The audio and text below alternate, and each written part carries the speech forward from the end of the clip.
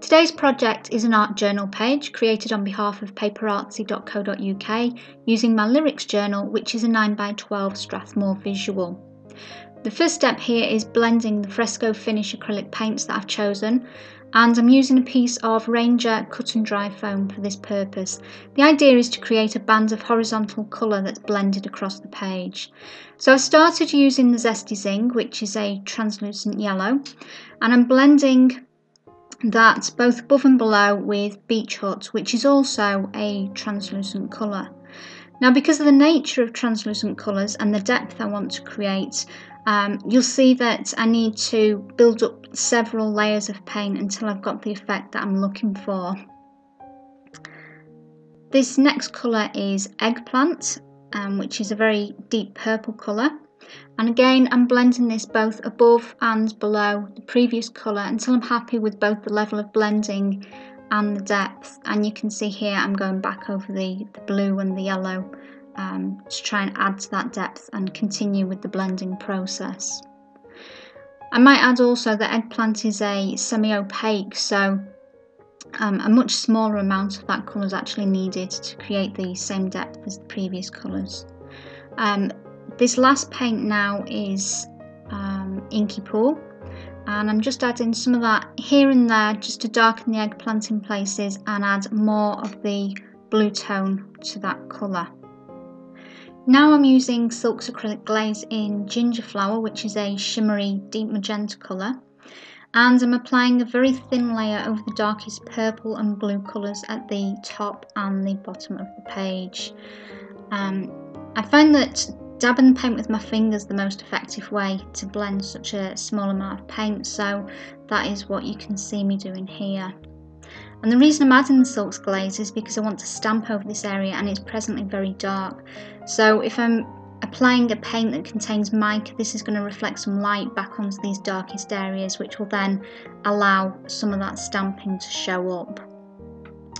Also, I do intend to use the magenta colour on other elements of the page that will be added later, so it will have the additional function of making the page appear more cohesive. So now I'm going to stamp onto the page and continue building up the background interest. For this I've chosen two different text stamps, both from PaperArtsy's Ink and Dog range. This first one is from Petals Plate 3. And I always tend to use archival ink when stamping over acrylics because it's permanent and it dries particularly quickly. In this case I've chosen archival deep purple. Obviously you can use other inks for this purpose as long as it's suitable for a non-porous surface. StazOn springs to mind as a good alternative. So here is the second stamp I'm using for the background. This time it's from Petals Plate 1, and this is a finer, more compact style of text, so it's going to fill in some of those gaps between the first stamp, which was a much larger and bolder style of writing.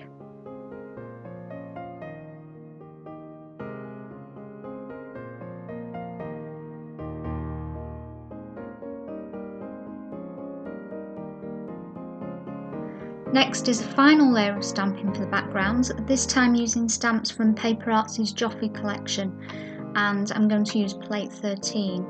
I'm switching to Brilliance ink because I want to use gold, and this is again for the purpose of reflecting light over those darker areas of the design. And I'm using the stamp without an acrylic block in much the same manner as the previous ones, so you end up with a more random and imperfect design that blends into those previous layers more easily.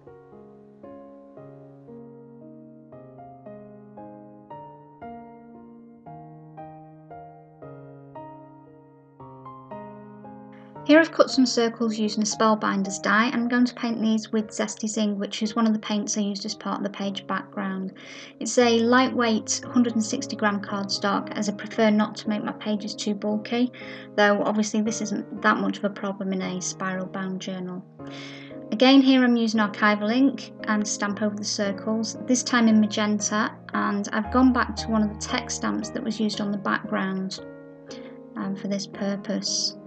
I'm also edging the circles using a piece of Ranger cut and dry foam and the same magenta ink.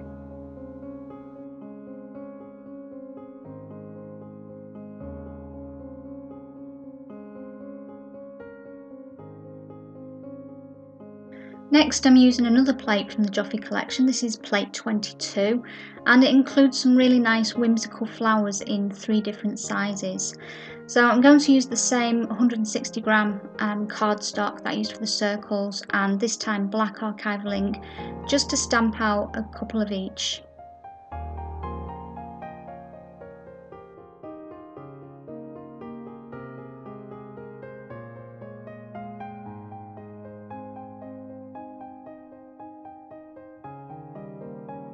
Now I've gone back to my journal page and the circles that I cut out and painted, and I'm just going to arrange these where I think I might want to stick them down.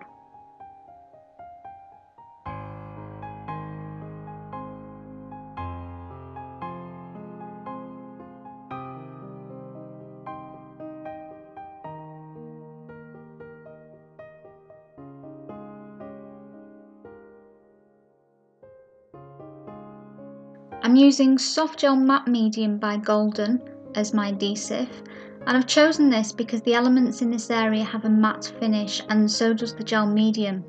So it's not going to add any kind of shine or gloss finish where I don't want it, and many other adhesives will do that. Obviously though, you can use whatever you've got and whatever is your own personal preference for this purpose.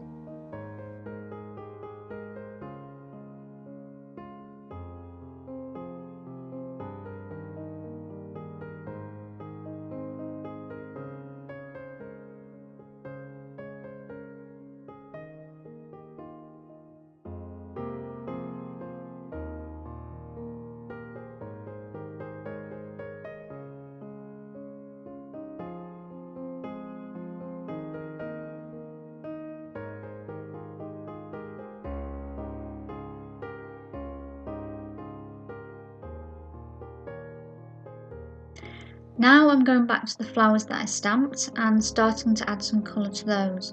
So in the centre here is the Zesty Zing, which I've used throughout. And for the petals, I'm going to use Silk's acrylic glazes again.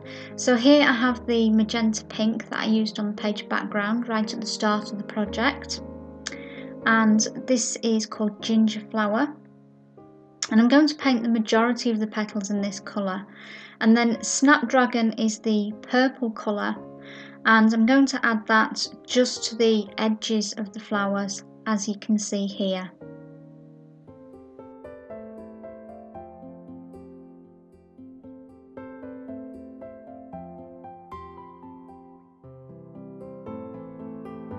The next thing is to cut the flowers out, and I'm using some detail scissors for this. These particular ones are by Pergamano, and they have a curved edge and a very fine point, so they're really good for cutting out intricate pieces.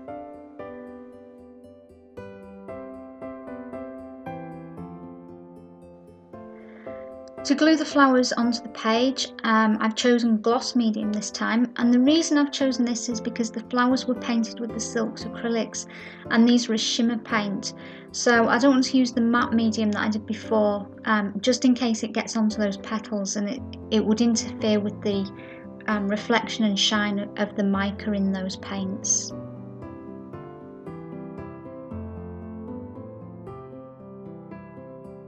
Here I'm using a baby wipe just to help me get rid of some of the excess gloss medium, because obviously the circles underneath were painted with the Fresco finish, which is matte, so I don't want too much of that gloss medium to go onto there.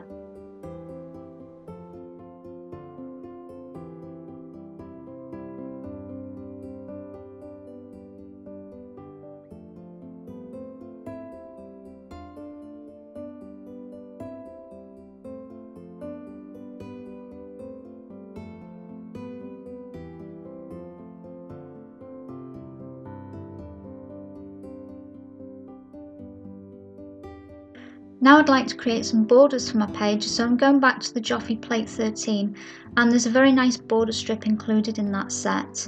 I'm stamping it out using archival black, and because my journal is quite large, I do need to stamp this several times. They are going to be easy to fit together though, because it is a continuous design.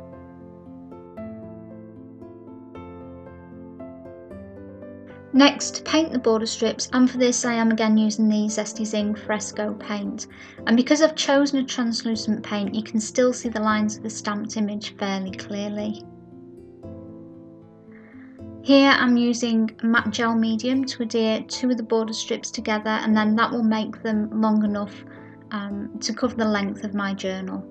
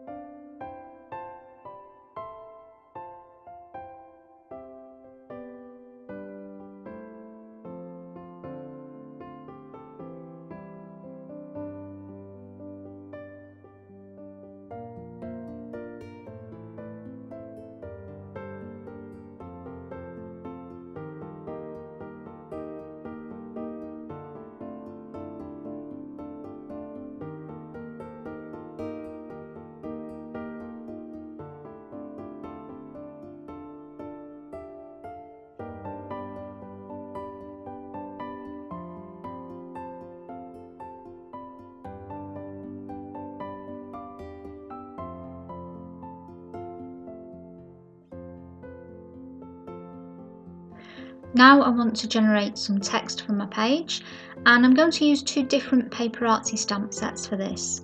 The first one is the larger of the two stamp sets I'm going to use, and this is JOFY Plate 21. And again I'm using archival black ink and the 160 gram smooth white cardstock that I used previously in the project.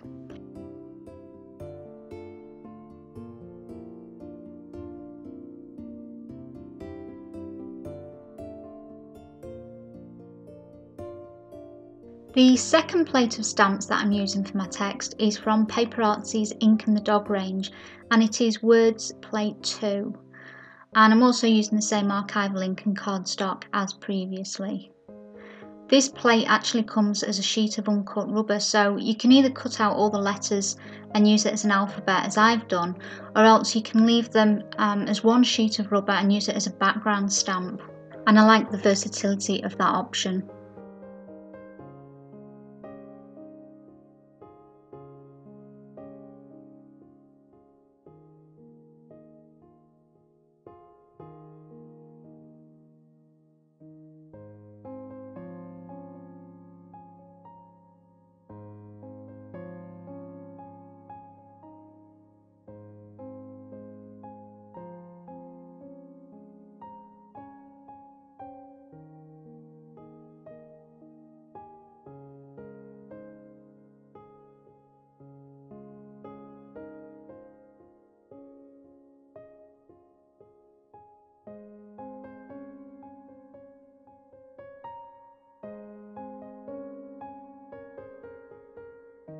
And here is the stamped text on the page. It's a mixture of both stamp sets, and I've used a paper trimmer to cut out the words so that I can arrange them where I want on the page, and I'm gluing them down into place using matte gel medium.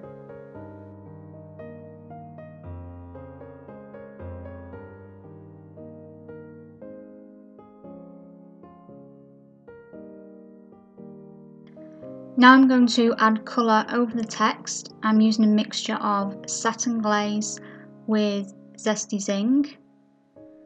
And the reason I'm doing this is because I want to add additional colour inside those letters, and I don't want it to be too contaminated by the yellow of the Zesty Ink. So even though it's a translucent colour, I'm being mindful that some of it will be transferred to the top colour.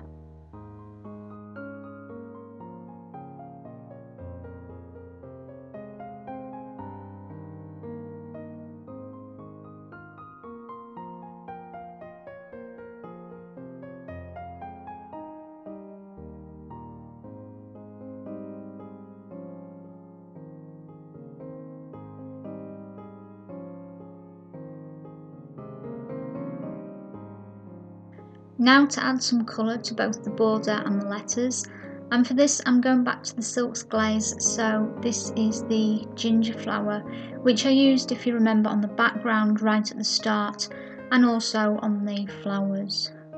And the brush I'm using here is a detail brush produced by a company called Art Master.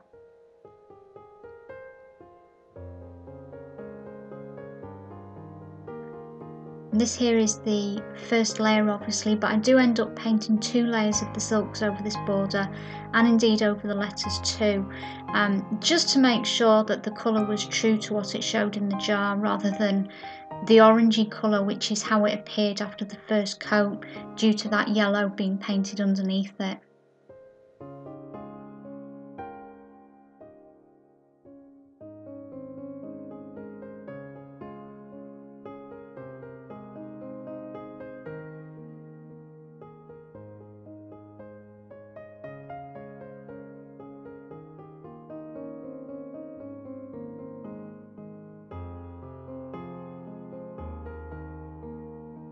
And here you can see how that paint looks after those 2 layers of the silks.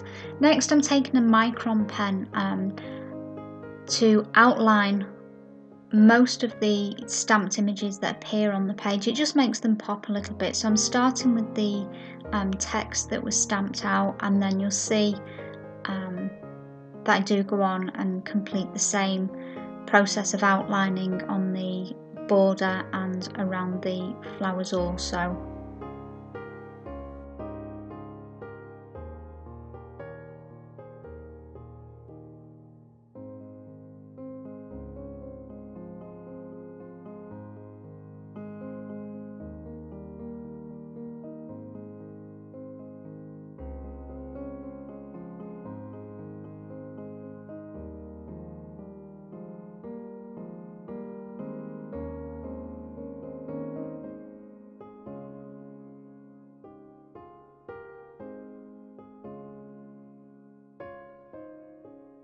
Here I'm using an old credit card and some of the silks paint in ginger flower just to define the text and give it a sort of grungy border.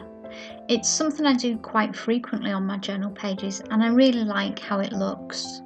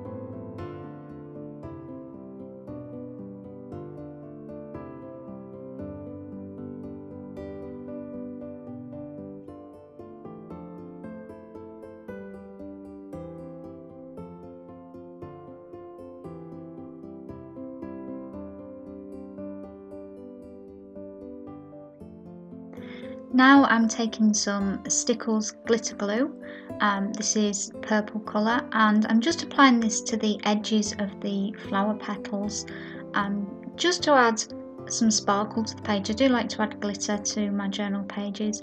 I'm also adding some magenta so that these 2 colours are going to complement the colours that are already painted on those flower petals.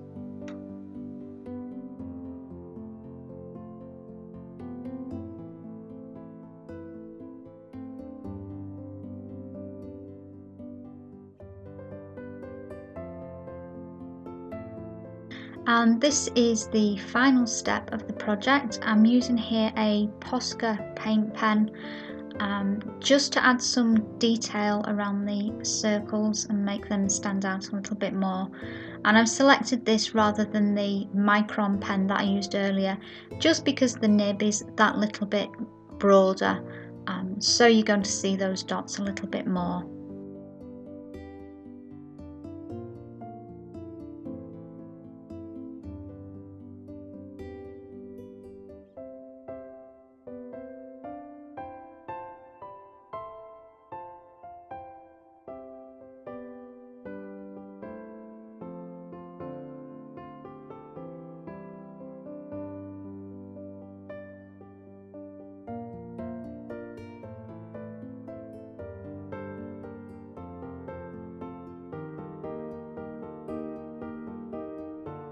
So here's the finished journal page. I hope you enjoyed it, and hopefully it's given you some ideas on how you might use some of these products and techniques in your own work.